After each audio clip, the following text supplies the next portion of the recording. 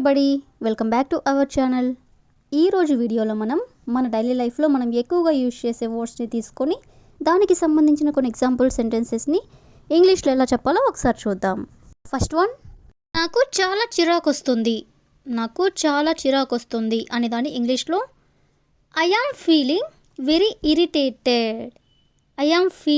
Very irritated అంటే నాకు చాలా చిరాకు వస్తుంది. నెక్స్ట్ వన్, అతని మాటలు నాకు చిరాకు తెప్పించాయి అనే దాన్ని హిస్ వర్డ్స్ ఇరిటేటెడ్ మీ.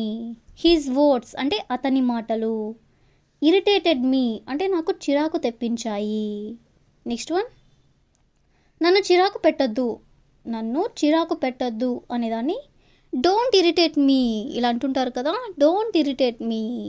నెక్స్ట్ వన్, చిన్న చిన్న విషయాలకు చిరాకు పడద్దు అనేదాన్ని don't get irritated over small things. Don't get irritated అంటే చిరాకు పడద్దు, ఓవర్ స్మాల్ థింగ్స్ అంటే చిన్న చిన్న విషయాలకి. నెక్స్ట్ వన్, నాకు ఇప్పుడే చిరాగ్గా ఉంది అనేదాన్ని I am irritated right now అంటే ఇప్పుడే. ఐ యామ్ ఇరిటేటెడ్ అంటే చిరాగ్గా ఉంది. నెక్స్ట్ వన్, ట్రాఫిక్ వల్ల నాకు చాలా చిరాకు వచ్చింది అనేదాన్ని I got very irritated because of the traffic. అంటే నాకు చాలా చిరాకు వచ్చింది, బికాస్ ఆఫ్ ది ట్రాఫిక్ అంటే ట్రాఫిక్ వల్ల. నెక్స్ట్ వన్, అతను నన్ను ఉద్దేశపూర్వకంగా చిరాకు పెట్టాడు అనేదాన్ని he irritated me on purpose. అంటే అతను నన్ను చిరాకు పెట్టాడు, ఆన్ పర్పస్ అంటే ఉద్దేశపూర్వకంగా. నెక్స్ట్ వన్, నువ్వు ఇలా మాట్లాడితే నాకు చిరాకొస్తుంది అనేదాన్ని I get irritated when you talk like this. అంటే నాకు చిరాకు వస్తుంది, when you talk like this అంటే నువ్వు ఇలా మాట్లాడితే. లాస్ట్ వన్, పని ఎక్కువగా ఉండడం వల్ల నాకు చిరాగ్గా ఉంది అనేదాన్ని I am irritated because of too much work. అంటే నాకు చిరాగ్గా ఉంది, because of too much work అంటే పని ఎక్కువగా ఉండడం వల్ల.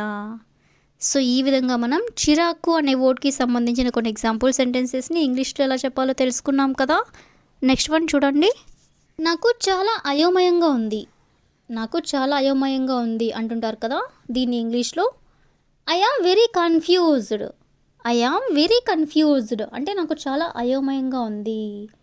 నెక్స్ట్ వన్, ఈ విషయం గురించి నాకు అయోమయంగా ఉంది అనేదాన్ని I am confused about this matter. అంటే నాకు అయోమయంగా ఉంది, అబౌట్ దిస్ మ్యాటర్ అంటే ఈ విషయం గురించి. నెక్స్ట్ వన్, అతని మాటలు అందరినీ అయోమయంలో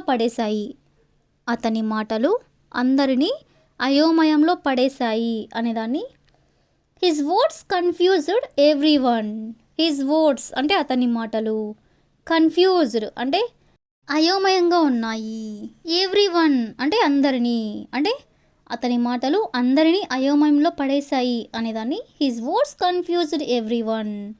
నెక్స్ట్ వన్, ఏది సరిగా ఉందో నాకు అయోమయంగా ఉంది అంటే ఏది కరెక్ట్గా ఉందో నాకు అయోమయంగా ఉంది అనేదాన్ని I am confused about what is right. అంటే నాకు అయోమయంగా ఉంది, అబౌట్ వాట్ ఈజ్ రైట్ అంటే ఏది సరిగా ఉందో. నెక్స్ట్ వన్, వాళ్ళు ఇచ్చిన సమాచారం వల్ల నాకు అయోమయం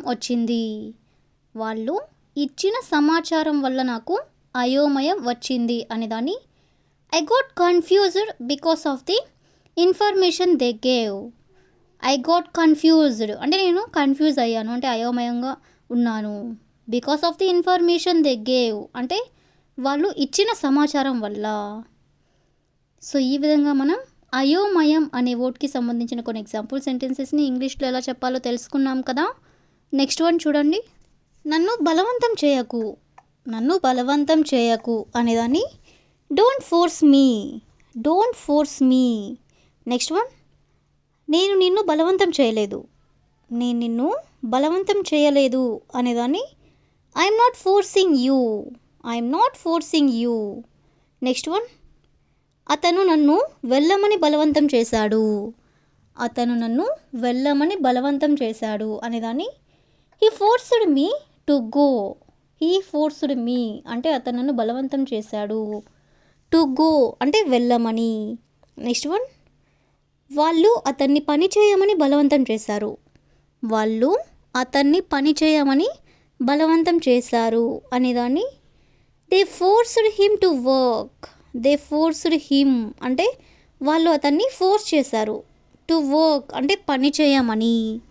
నెక్స్ట్ వన్, ఎవరు నిన్ను ఇది చేయమని బలవంతం చేయలేదు, ఎవరు నిన్ను ఇది చేయమని బలవంతం చేయలేదు అనేదాన్ని no one forced you to do this, no one forced you అంటే నిన్నెవరు బలవంతం చేయలేదు.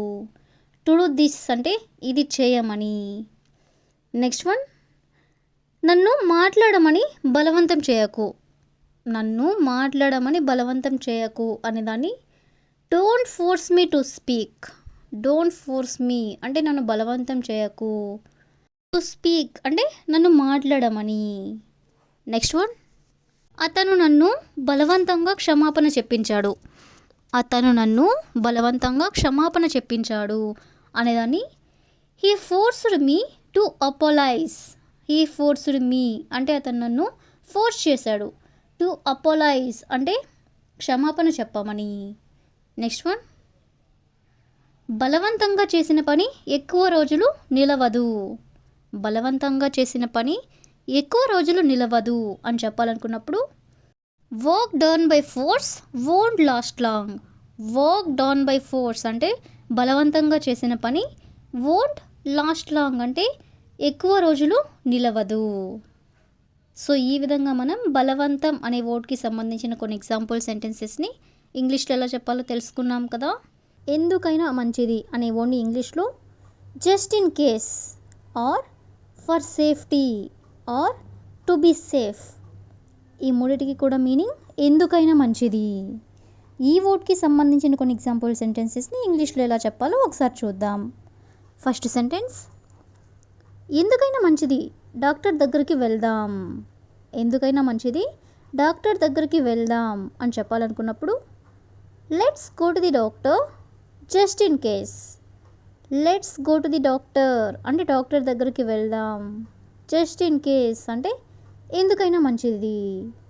నెక్స్ట్ వన్, ఎందుకైనా మంచిది నేను నీకు కాల్ చేస్తాను, ఎందుకైనా మంచిది నేను నీకు కాల్ చేస్తాను అని చెప్పాలనుకున్నప్పుడు I will call you just in case, I will call you అంటే నేను నీకు కాల్ చేస్తాను. జస్ట్ ఇన్ కేస్ అంటే ఎందుకైనా మంచిది. నెక్స్ట్ వన్, ఎందుకైనా మంచిది ఒక గొడుగు తీసుకెళ్ళు, ఎందుకైనా మంచిది ఒక గొడుగు తీసుకెళ్ళు అని చెప్పాలనుకున్నప్పుడు take an umbrella just in case, take an umbrella అంటే ఒక గొడుగు తీసుకెళ్ళు. జస్ట్ ఇన్ కేస్ అంటే ఎందుకైనా మంచిది. నెక్స్ట్ వన్, ఎందుకైనా మంచిది కొంచెం డబ్బు దగ్గర పెట్టుకో, ఎందుకైనా మంచిది కొంచెం డబ్బు దగ్గర పెట్టుకో అంటుంటారు కదా. దీన్ని ఇంగ్లీష్లో keep some money with you just in case, keep some money with you అంటే నీ దగ్గర కొంచెం డబ్బులు పెట్టుకో. జస్ట్ ఇన్ కేస్ అంటే ఎందుకైనా మంచిది. నెక్స్ట్ వన్, ఎందుకైనా మంచిది తలుపు లాక్ చెయ్యి, ఎందుకైనా మంచిది తలుపు లాక్ చెయ్యి అని చెప్పాలనుకున్నప్పుడు lock the door just in case, lock the door అంటే తలుపు లాక్ చెయ్యి. జస్ట్ ఇన్ కేస్ అంటే ఎందుకైనా మంచిది. నెక్స్ట్ వన్, ఎందుకైనా మంచిది ముందుగానే బయలుదేరదాం, ఎందుకైనా మంచిది ముందుగానే బయలుదేరదాం అని చెప్పాలనుకున్నప్పుడు let's leave early just in case, let's leave early అంటే ముందుగానే బయలుదేరుదాం. జస్ట్ ఇన్ కేస్ అంటే ఎందుకైనా మంచిది. లాస్ట్ వన్, ఎందుకైనా మంచిది ఫోన్ చార్జ్ చేసుకో అంటే ఛార్జింగ్ పెట్టుకో అని చెప్పాలనుకున్నప్పుడు charge your phone just in case. Charge your phone అంటే నీ ఫోన్ చార్జ్ చేసుకో. జస్ట్ ఇన్ కేస్ అంటే ఎందుకైనా మంచిది. సో ఈ విధంగా మనం ఎందుకైనా మంచిది అనే వర్డ్కి సంబంధించిన కొన్ని ఎగ్జాంపుల్ సెంటెన్సెస్ని ఇంగ్లీష్లో ఎలా చెప్పాలో తెలుసుకున్నాం కదా. నెక్స్ట్ వన్ చూడండి. మూర్ఖం. మూర్ఖం అనే వర్డ్ని ఇంగ్లీష్లో foolish or stupid or silly. ఈ వర్డ్కి సంబంధించిన కొన్ని ఎగ్జాంపుల్ సెంటెన్సెస్ని ఇంగ్లీష్లో ఎలా చెప్పాలో ఒకసారి చూద్దాం. ఫస్ట్ సెంటెన్స్, అతను మూర్ఖంగా ప్రవర్తించాడు. అతను మూర్ఖంగా ప్రవర్తించాడు అని చెప్పాలనుకున్నప్పుడు he behaved foolishly. He behaved అంటే అతను ప్రవర్తించాడు. ఫూలిష్లీ అంటే మూర్ఖంగా. నెక్స్ట్ వన్, ఇంత మంచి అవకాశాన్ని వదిలేయడం మూర్ఖం. ఇంత మంచి అవకాశాన్ని వదిలేయడం మూర్ఖం అని చెప్పాలనుకున్నప్పుడు it is foolish to miss such a good opportunity. It is foolish అంటే మూర్ఖం, టు మిస్ అంటే వదిలేయడం, సచ్ ఏ గుడ్ ఆపర్చునిటీ అంటే ఇంత మంచి అవకాశాన్ని. నెక్స్ట్ వన్, ఆ విషయం నమ్మడం మూర్ఖం. ఆ విషయం నమ్మడం మూర్ఖం అని చెప్పాలనుకున్నప్పుడు it is foolish to believe that. It is foolish అంటే మూర్ఖం, టు బిలీవ్ దట్ అంటే నమ్మడం. నెక్స్ట్ వన్, అలా చేయడం చాలా మూర్ఖం. అలా చేయడం చాలా మూర్ఖం అని చెప్పాలనుకున్నప్పుడు doing that is very silly. Doing that is very silly అంటే అలా చేయడం చాలా మూర్ఖం. నెక్స్ట్ వన్, అతను మూర్ఖంలాగా నవ్వాడు. అతను మూర్ఖంలాగా నవ్వాడు అని చెప్పాలనుకున్నప్పుడు he laughed like a fool. He laughed అంటే అతను నవ్వాడు, లైక్ ఏ ఫూల్ అంటే మూర్ఖంలాగా. సో ఈ విధంగా మనం మూర్ఖం అనే వర్డ్కి సంబంధించిన కొన్ని ఎగ్జాంపుల్ సెంటెన్సెస్ని ఇంగ్లీష్లో ఎలా చెప్పాలో తెలుసుకున్నాం కదా. నెక్స్ట్ వన్ చూడండి. నమ్మకం. నమ్మకం అనే వర్డ్ని ఇంగ్లీష్లో trust or belief or faith అంటే మూడిటికి కూడా మీనింగ్ నమ్మకం. ఈ వర్డ్కి సంబంధించిన కొన్ని ఎగ్జాంపుల్ సెంటెన్సెస్ని ఇంగ్లీష్లో ఎలా చెప్పాలో ఒకసారి చూద్దాం. ఫస్ట్ సెంటెన్స్, నాకు నీ మీద నమ్మకం ఉంది. నాకు నీ మీద నమ్మకం ఉంది అని చెప్పాలనుకున్నప్పుడు I trust you. I trust you అంటే నాకు నీ మీద నమ్మకం ఉంది. నెక్స్ట్ వన్, ఆమెకి దేవుడిపై నమ్మకం ఉంది. ఆమెకి దేవుడిపై నమ్మకం ఉంది అని చెప్పాలనుకున్నప్పుడు she has faith in God. She has faith in God అంటే ఆమెకి దేవుడిపై నమ్మకం ఉంది. నెక్స్ట్ వన్, అతనిపై నాకు నమ్మకం లేదు. అతనిపై నాకు నమ్మకం లేదు అనేదాన్ని I don't trust him. I don't trust him. Next one, నీ మీద నాకు పూర్తి నమ్మకం ఉంది. నీ మీద నాకు పూర్తి నమ్మకం ఉంది అని చెప్పాలనుకున్నప్పుడు I have complete trust in you. I have complete trust in you అంటే నీ మీద నాకు పూర్తి నమ్మకం ఉంది. నెక్స్ట్ వన్, నమ్మకం ఉంటే ఏదైనా సాధించవచ్చు. నమ్మకం ఉంటే ఏదైనా సాధించవచ్చు అనేదాన్ని if you have belief you can achieve anything. If you have belief అంటే నీకు నమ్మకం ఉంటే యూ కెన్ అచీవ్ ఎనీథింగ్ అంటే ఏదైనా సాధించవచ్చు. నెక్స్ట్ వన్, నీకు నీపై నమ్మకం ఉండాలి. నీకు నీపై నమ్మకం ఉండాలి అనేదాన్ని you should believe in your self. You should believe in your self అంటే నీకు నీపై నమ్మకం ఉండాలి. నెక్స్ట్ వన్, తను నా నమ్మకాన్ని దెబ్బతీశాడు. అతను నా నమ్మకాన్ని దెబ్బతీశాడు అనేదాన్ని he broke my trust. He broke my trust అంటే అతను నా నమ్మకాన్ని దెబ్బతీశాడు. నెక్స్ట్ వన్, నాకు ఈ పని మీద నమ్మకం ఉంది. నాకు ఈ పని మీద నమ్మకం ఉంది అనేదాన్ని I believe in this work. I believe in this work అంటే నాకు ఈ పని మీద నమ్మకం ఉంది. సో ఈ విధంగా మనం నమ్మకం అనే వర్డ్కి సంబంధించిన కొన్ని ఎగ్జాంపుల్ సెంటెన్సెస్ని ఇంగ్లీష్లో ఎలా చెప్పాలో తెలుసుకున్నాం కదా. మాటి మాటికి అనే వర్డ్ని ఇంగ్లీష్లో again and again or repeatedly or frequently. అంటే ఈ మూడిటికి కూడా మీనింగ్ మాటి మాటికి. ఈ వర్డ్కి సంబంధించిన కొన్ని ఎగ్జాంపుల్ సెంటెన్సెస్ని ఇంగ్లీష్లో ఎలా చెప్పాలో ఒకసారి చూద్దాం. ఫస్ట్ సెంటెన్స్, అతను మాటి మాటికి అదే ప్రశ్న అడుగుతున్నాడు. అతను మాటి మాటికి అదే ప్రశ్న అడుగుతున్నాడు అనే దాన్ని he's asking the same question again and again. He's asking the same question అంటే అదే క్వశ్చన్ అడుగుతున్నాడు. అగైన్ అండ్ అగైన్ అంటే మాటి మాటికి. నెక్స్ట్ వన్, ఆమె మాటి మాటికి నాకు కాల్ చేస్తుంది.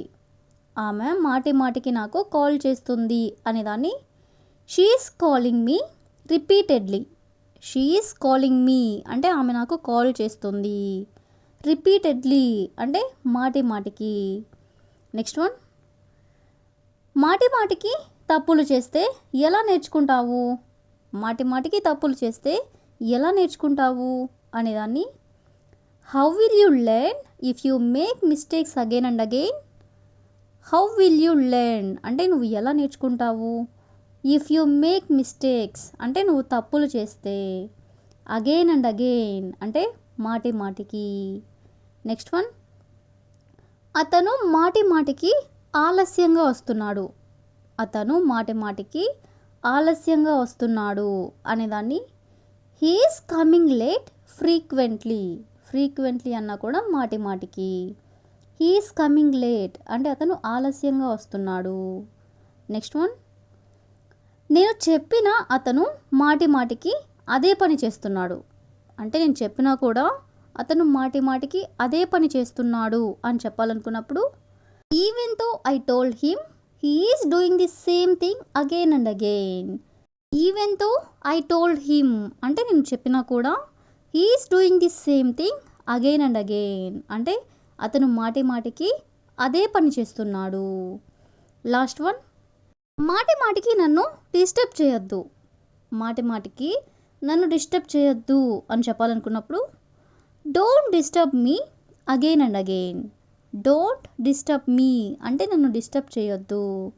అగైన్ అండ్ అగైన్ అంటే మాటి మాటికి. సో ఈ విధంగా మనం మాటి మాటికి అనే వర్డ్కి సంబంధించిన కొన్ని ఎగ్జాంపుల్ సెంటెన్సెస్ని ఇంగ్లీష్లో ఎలా చెప్పాలో తెలుసుకున్నాం కదా. నెక్స్ట్ వన్ చూడండి, గుర్తుందా. గుర్తుందా అనే వర్డ్ని ఇంగ్లీష్లో do you remember. Do you remember అంటే నీకు గుర్తుందా ఆర్ డూ యూ రీకాల్. ఈ రెండిటికి కూడా మీనింగ్ గుర్తుందా. ఈ వర్డ్కి సంబంధించిన కొన్ని యూస్ఫుల్ సెంటెన్సెస్ని ఇంగ్లీష్లో ఎలా చెప్పాలో ఒకసారి చూద్దాం.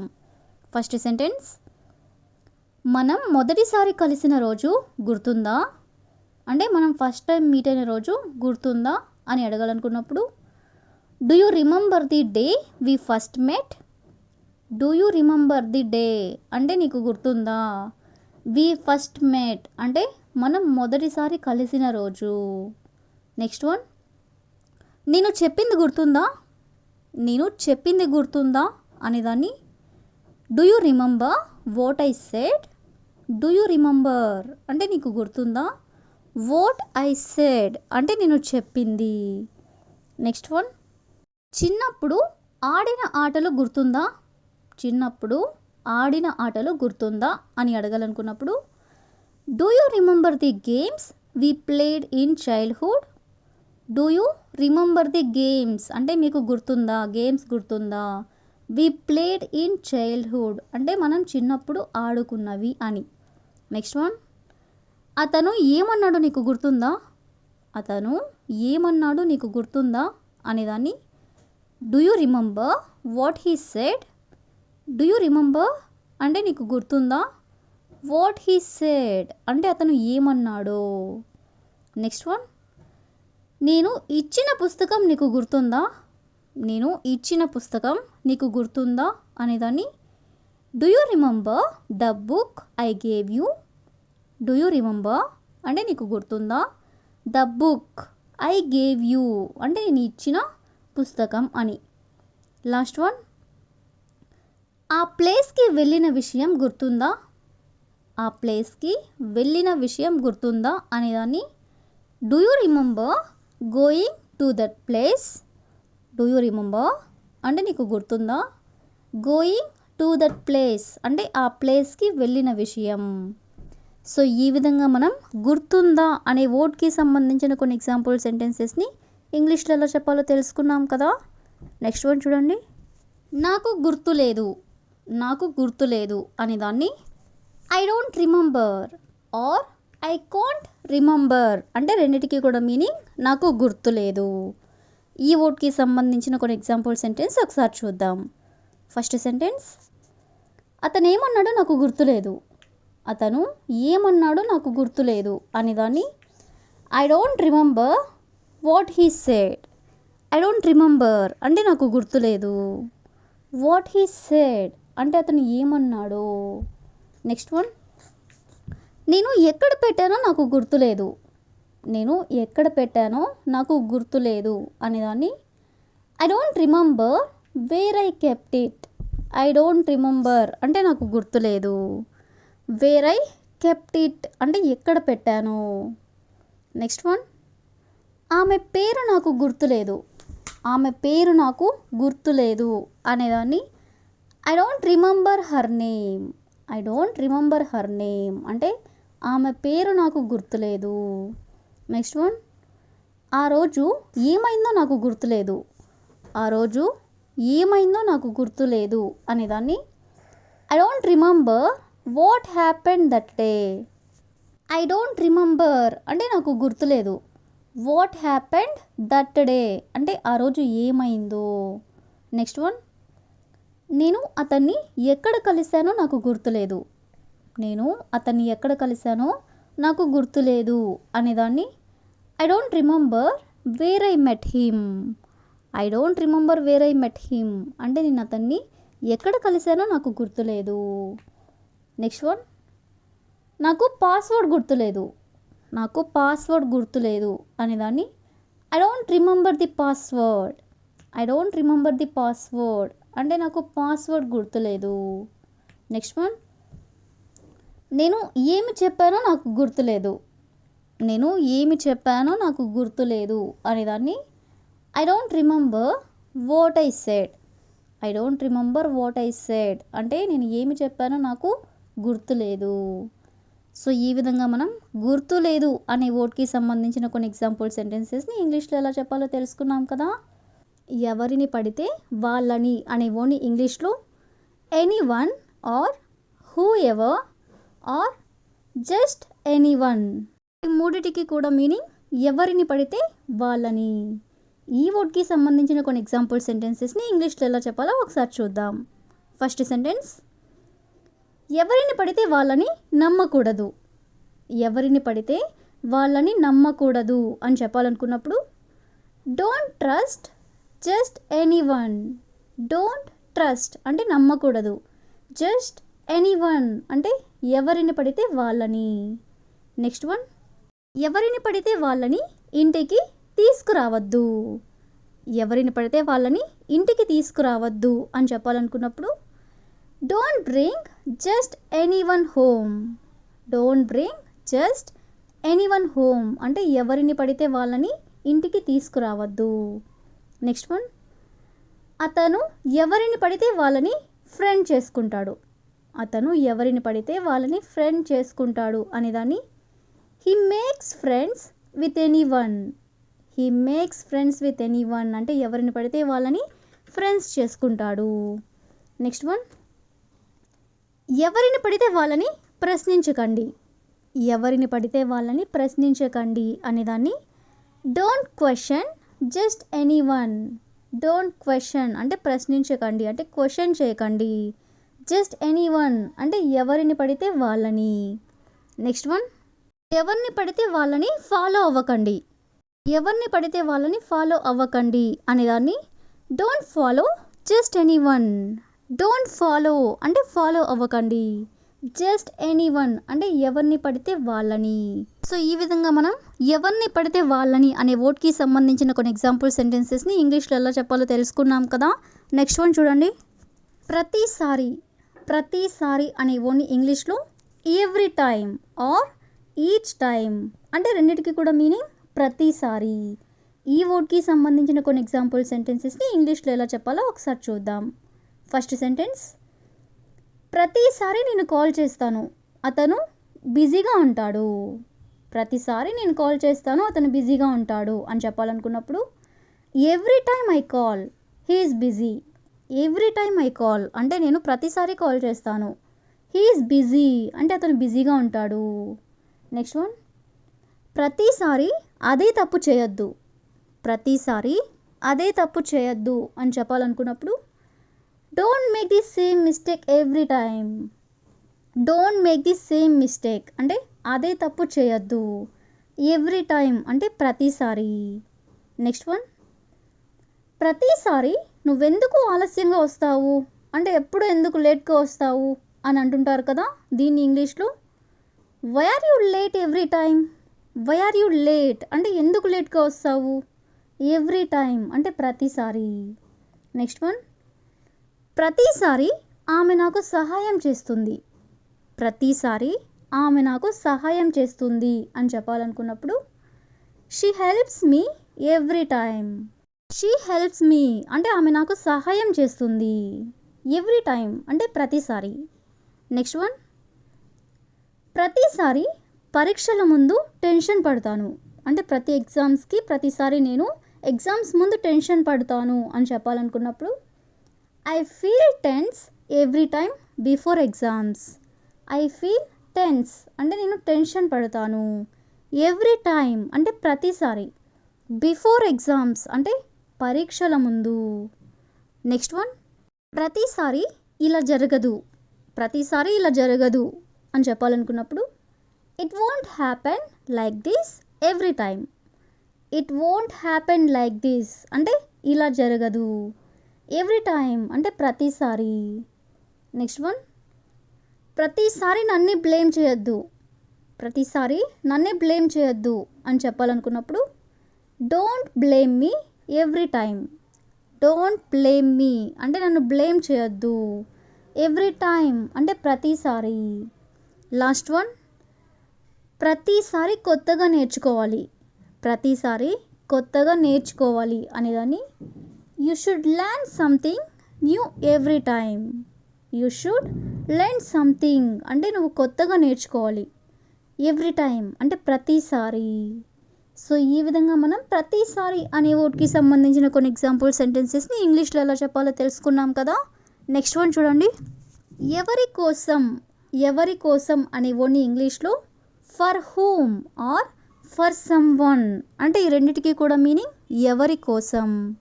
ఈ వర్డ్కి సంబంధించిన కొన్ని ఎగ్జాంపుల్ సెంటెన్సెస్ని ఇంగ్లీష్లో ఎలా చెప్పాలో ఒకసారి చూద్దాం. ఫస్ట్ సెంటెన్స్, నువ్వు ఇది ఎవరి కోసం చేస్తున్నావు. నువ్వు ఇది ఎవరి కోసం చేస్తున్నావు అనేదాన్ని for whom are you doing this. For whom are you doing this అంటే నువ్వెవరి కోసం చేస్తున్నావు.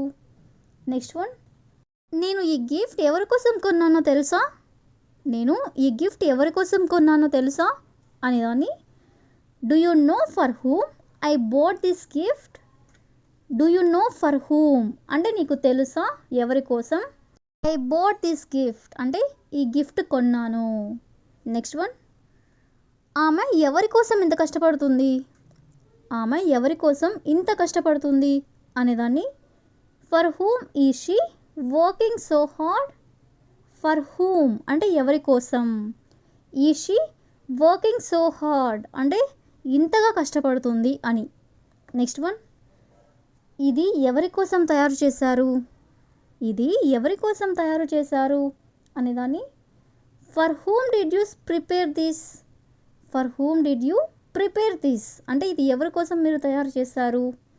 నెక్స్ట్ వన్, అతను ఎవరి కోసం ఎదురు చూస్తున్నాడు అంటే ఎవరి కోసం వెయిట్ చేస్తున్నాడు అనేదాన్ని for whom is he waiting.